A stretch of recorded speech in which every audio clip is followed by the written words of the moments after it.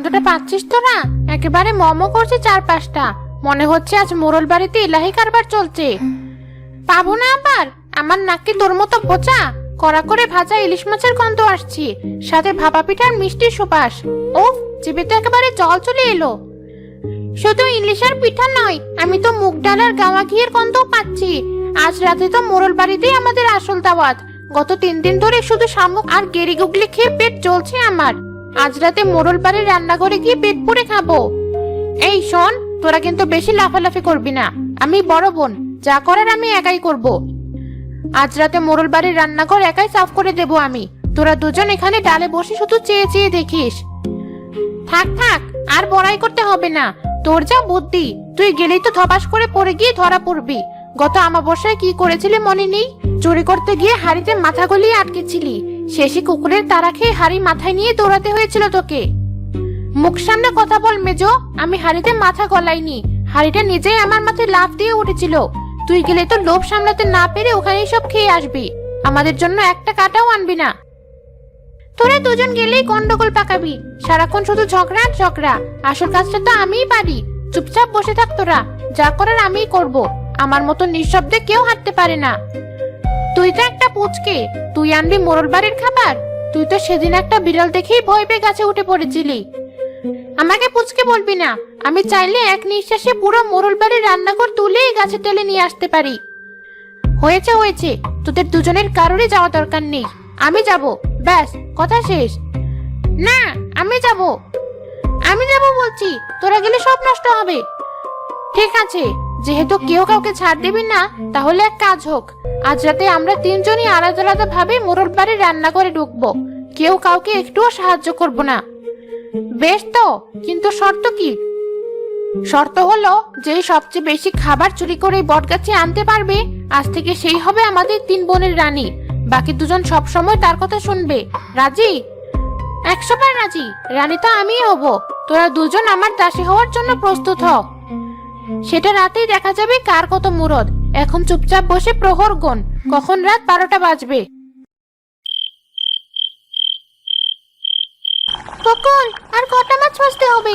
আমার তো উনুনের আছে, হাত মুখ সব পুড়ে যাচ্ছে। আর বেশি নেই ময়না, এই তো গোটা 2 ইলিশ বাকি।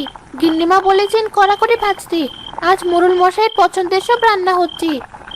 সে তো বুঝলাম, কিন্তু এত রাতে মাছ ভাজলে ওই পুকুর পাড়ের বটগাছের শাকচুন্নিগুলো যে গন্ধ পাবে, ওরা তো আবার মাছের গন্ধে পাগল। আরে ধর, গিন্নিমা থাকতে ওই শাকচুন্নিদের সাহস আছে এই মুখো হওয়ার? গিন্নিমার যে বুদ্ধি, পেতনিরা এমনিতেই ভয় পায়। তুই বরং ডালের হাঁড়িটা নামিয়ে ভাপা পিঠাগুলো নামানোর ব্যবস্থা কর। কিরে ময়না বকুল, কাজ কত দূর? সব ঢাকা দিয়ে রাখছিস তো ঠিকঠাক? হ্যাঁ গিন্নিমা, সব হয়ে গেছে, কিন্তু ওই বটগাছের পেতনিগুলোর কথা ভেবেই ভয় করছে। পেতনি? মোড়ল বাড়ির ত্রিসীমানায় যদি আজ ওরা ঢোকে, তবে ওদের এমন শিক্ষা দিব যে বাপের জন্মে আর মাছের নাম মুখে আনবে না। তোরা সব কাজ শেষ করে ঘরে যা। রান্নাঘরের জানালাটা ইচ্ছে করে একটু খোলা রেখে যাবি। খোলা রাখবো? কিন্তু গিন্নিমা, তাহলে তো চোর ঢুকবে। চোর নয় বকুল, আজ আমি ভূতের ফাঁদ পাতবো। যা বলছি শোন, ওই হাঁড়িতে একটু আটার কাই আর গাছের আঠা নিয়ে গুড় মিশিয়ে ঘন করে জাল দিয়ে রেখে দে। আমি বাকিটা দেখছি। আঠা আর গুড়? এ দিয়ে কি হবে গিন্নিমা? এটা কি কেউ খাবে? সময় হলেই দেখতে পাবি। তোরা কাজ শেষ করে হাঁড়িটা ঠিক রান্নাঘরের জানালার পাশে রেখে শুতে যা। গিন্নি, তুমি নাকি রান্নাঘরের জানালা খোলা রাখতে বলেছো, ব্যাপারটা কি? তুমি এত চিন্তা করো না তো, আমি যা করছি ভেবে চিন্তেই করছি। আরে, বটগাছের পেতনিগুলো তো এমনিতেই খুব জ্বালায়, তার উপর আজ এত মাছ ভাজা হয়েছে, গন্ধ তো পুরো গ্রামেই ছড়িয়েছে। ওরা যদি এসে সব নষ্ট করে দেয়? নষ্ট করতে এলে তো আমি এমন ব্যবস্থা করেছি যে আজ ওরা নিজেরাই নিজেদের ফাঁদে পা দিবে। তুমি নিশ্চিন্তে গিয়ে ঘুমোও। ঠিক আছে বাপু, তোমার যা ভালো মনে হয় করো। তবে রাতে যদি কোনো গন্ডগোল হয়, আমাকে কিন্তু ডাকবে না।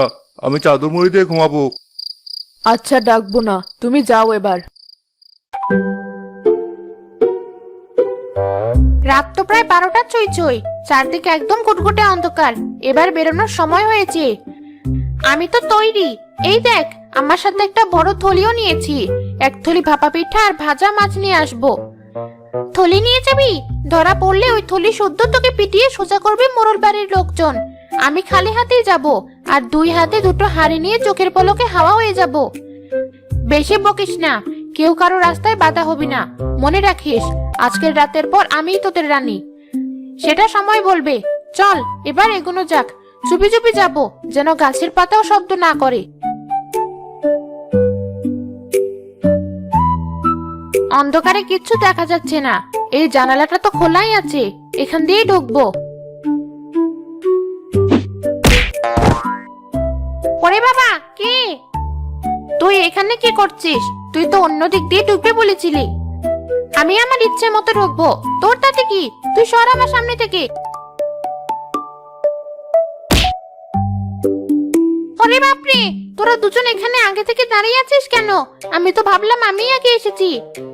তুই তো একটা আস্ত গাধা, আমাদের গায়ের উপর পড়লি কেন? তোরা জানালা আটকে দাঁড়িয়ে থাকলে আমি কি করব? চুপ কর তোরা, আস্তে কথা বল।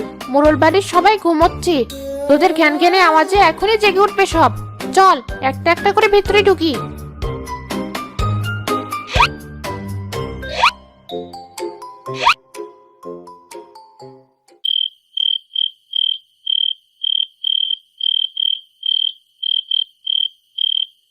ওই দেখ, জানালার পাশেই উনুন, আর তার উপরে বড় কড়াইটা। উফ, যা সুবাস বেরোচ্ছে! নিশ্চয়ই এর ভেতর ভাজা ইলিশ মাছগুলো রাখা আছে। আমি আগে নেব। খবরদার, আমি আগে দেখেছি, ওটা আমার। আমি বড়, আমি আগে নেব। এই তো ধরেছি কড়াইয়ের হাতল।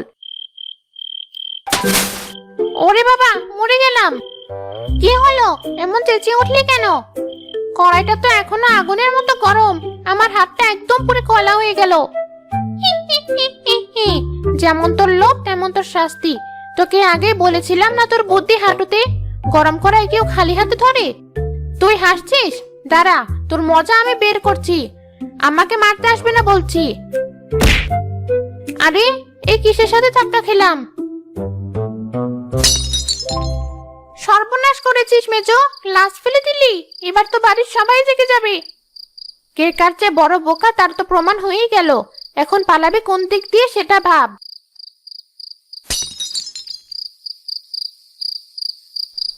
এই শুনছো শুনছো? ওহ, কি হলো? এত রাতে ডাকছো কেন? রান্নাঘর থেকে কি যেন পড়ার শব্দ হলো। আমি ঠিক বুঝেছি, ওরা এসে গেছে। ওরা মানে কারা? বিড়াল টিড়াল হবে, কাল সকালে দেখা যাবে। এখন ঘুমাও তো। বিড়াল নয়, বটগাছের পেতনিগুলো। তুমি শুয়ে থাকো, আমি গিয়ে ওদের এমন ওষুধ দেবো যে বাপের জন্মে আর এমুখো হবে না। সাবধানে যেও কিন্তু, ওরা আবার ঘাড় টান্না মটকে দেয়। আমার ঘাড় মটকানো অত সোজা নয়, তুমি ঘুমাও। মোড়ল গিন্নি তো উঠে পড়েছে, লণ্ঠন নিয়ে এদিকেই আসছে। এখন কি হবে? ঘাবড়াস না, আমরা তো ভূত। চল তাড়াতাড়ি অদৃশ্য হয়ে যাই। গিন্নি এসে দেখবে কেউ নেই, তারপর আবার গিয়ে শুয়ে পড়বে। ঠিক বলেছিস, চল সবাই জাদু মন্ত্র পড়ে হাওয়া হয়ে যায়। কিন্তু বড় বাবু, তোর গায়ে যে ভাজা মাছের তেল লেগে আছে, অদৃশ্য হলেও তো তেলের গন্ধ আর চকচকে ভাবটা থেকে যাবে। আরে আমার একার গায়ে কেন? কড়াইয়ের হাতল ধরে ছিটকে আসার সময় তোদের গায়েও তো তেল ছিটে লেগেছে। চুপ চুপ, গিন্নি এসে পড়লো বলে সবাই নিঃশ্বাস বন্ধ করে এক্ষুনি দাঁড়িয়ে পড়।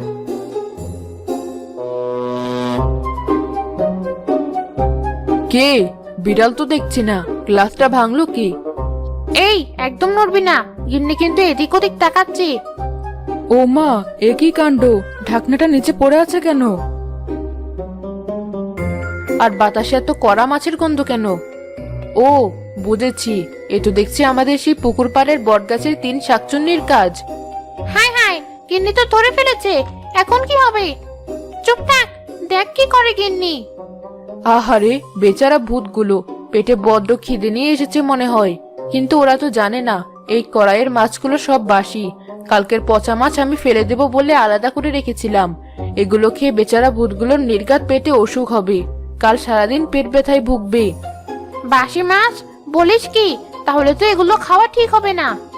তার চেয়ে বরং এক কাজ করি, আমার তো আবার বড্ড দয়া মায়া। এই পাশের হাড়িতে একদম টাটকা ক্ষীর আর দই রেখে দিচ্ছি, সাথে একটু গুড়ও আছে। ভূত বেচারারা বরং এই পচা মাছের বদলে ক্ষীর আর দই খাক, পেটটা ঠান্ডা থাকবে। আমি বরং এবার গিয়ে ঘুমোই।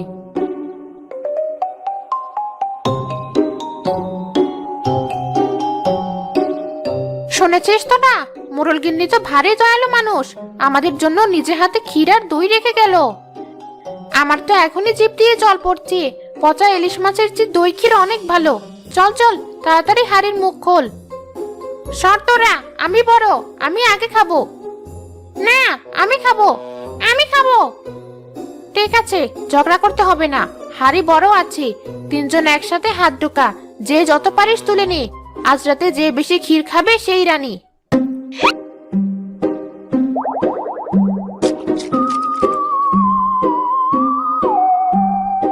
এই দইটা কেমন জানো, বড্ড বেশি আঠালো। হ্যাঁ, কেমন যেন দাঁতে আটকে যাচ্ছে। মিষ্টি গুড়ের স্বাদ আছে, কিন্তু চিবোনো যাচ্ছে না তো। কি হলো তোর, কথা বলছিস না কেন? এই, আমার মুখটাও তো কেমন। এ তো দই নয়, এ তো আঠা। গাছের কষ, আটার কায়ার গুল চাল দিয়ে আটা বানিয়েছে মোরল গিন্নি। ও, আমার দাঁত, আমার মুখ আটকে গেছে। এই, তোরা কে কোথায় আছিস? এদিকে আয়। কি হয়েছে গিন্নিমা, চোর এসেছে নাকি? এভাবে চিল্লাচ্ছেন কেন? কি হয়েছে গিন্নিমা? চোর নয় কালু, চোর নয়। আজ বটগাছের পেতনিগুলো এসেছে মাছ চুরি করতে। তোরা সব লণ্ঠন আর লাঠি নিয়ে রান্নাঘরের দিকে যা। কোথায়? কেউ তো নেই, শুধু মাছের কড়াইটা উল্টে পড়ে আছে আর দইয়ের হাঁড়িটা মেঝেতে ঘোরাঘুরি খাচ্ছে। ওই কালু, জানালার বাইরে দিয়ে তিনটি ছায়া পুকুর পাড়ের দিকে ছুটে যাচ্ছে। ছুটুক ছুটুক, আর জীবনে মোরল বাড়ির ত্রিসীমানায় পা মারাবে না। যা ব্যবস্থা করেছি এবার বুঝবে ঠেলা। 3 দিনের জন্য ওদের কথা বলা বন্ধ।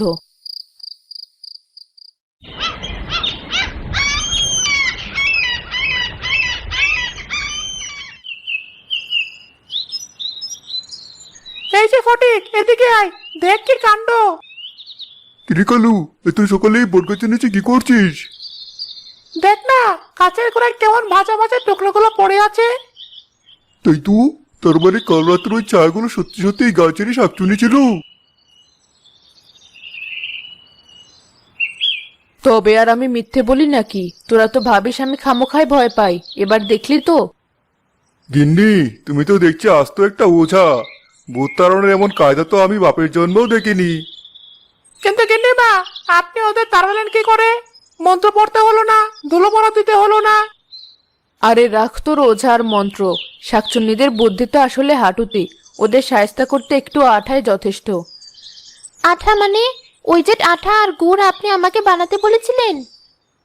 হ্যাঁ বকুল, আমি আগে টের পেয়েছিলাম ওরা মাছ চুরি করতে আসবে আজকে। তাই ইচ্ছে করে জোরে জোরে বললাম যে মাছগুলো বাসি। ওদের জন্য আমি দই ক্ষীর রেখে যাচ্ছি। আসলে দইয়ের হাঁড়িতে আমি আগে থেকে ওই জাল দেওয়া আঠালো গুড় আর আটার কাই ভরে রেখেছিলাম। তারপর আর কি, লোভের বশে পেতনিগুলো দই ভেবে ওই আঠা গিলতে শুরু করেছে। আর সাথে সাথেই বিপত্তি।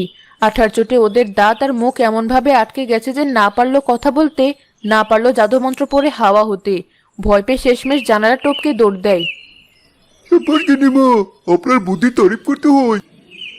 এখন এই গাছের ডালে বসে 3 বোন শুধু ইশারা করবে। আঠার চোটে ওদের মুখ এমনই আটকেছে যে আগামী 3 দিন ওরা একে অপরের সাথে ঝগড়াও করতে পারবে না। আর চুরি করা তো দূরের কথা।